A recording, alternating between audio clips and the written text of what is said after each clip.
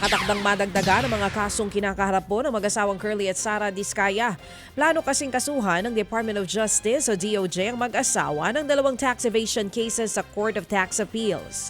Ayon po sa Justice Department, 5 kaso ang ihahain sana nila laban sa mag-asawa pero 3 daw ang nabasura. Nagugat ang mga kaso sa umano'y tangkang hindi pagbabayad ng buwis sa sadyang pagbibigay ng mga maling datos ng mag-asawa sa Bureau of Internal Revenue o BIR. Bago po yan, nauna ng sinampahan ng tax evasion case ang BIR ang mga Diskaya noong Oktubre dahil sa higit 7 bilyong pisong buwis na hindi daw nito binayaran.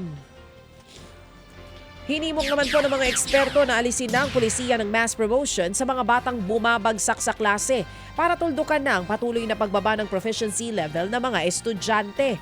Ayon po sa 2nd Congressional Commission on Education o EDCOM2, maraming teacher ang napipilitang ipasa o ipasa ang mga bagsak na estudyante para lamang maabot ang itinakdang performance target.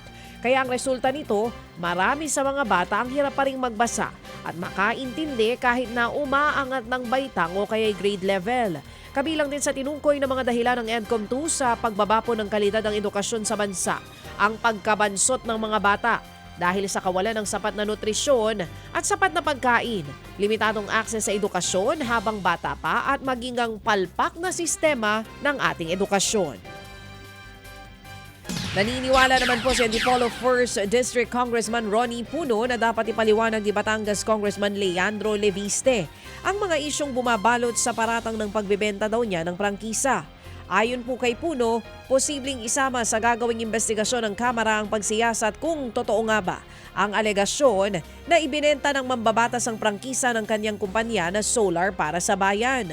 Kasama din po sa titignan kung sumunod ba ang kumpanya ni Leviste sa mga obligasyon na kalakip ng binigay sa kanilang prangkisa. Dati nang pinabulaanan ni Leviste ang mga akusasyon at sinabing binabalikan lamang daw sila ng gobyerno dahil sa issue ng Cabral Files. Let's stay on the subject, no? Kung ito yung pinag-uusapan, wag natin idama yung mga ibang mga nangyayari kasi nagugulo lang yung usapan. Wag nang guluhin pa kasi lalo lang magkakaduda yung mga tao na may pinagtatakpan ganyan. So, sagutin na lang ng maayos.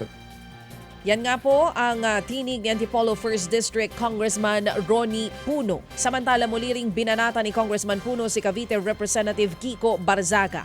Isa po siya sa mga nagsusulong na pahabain pa ang suspensyon ng mambabatas dahil hindi naman daw tumigil si Barzaga sa paglabag sa mga patakaran ng Kamara. Dahil po dito may mga mosyon na patalsikin na rin ang kongresista.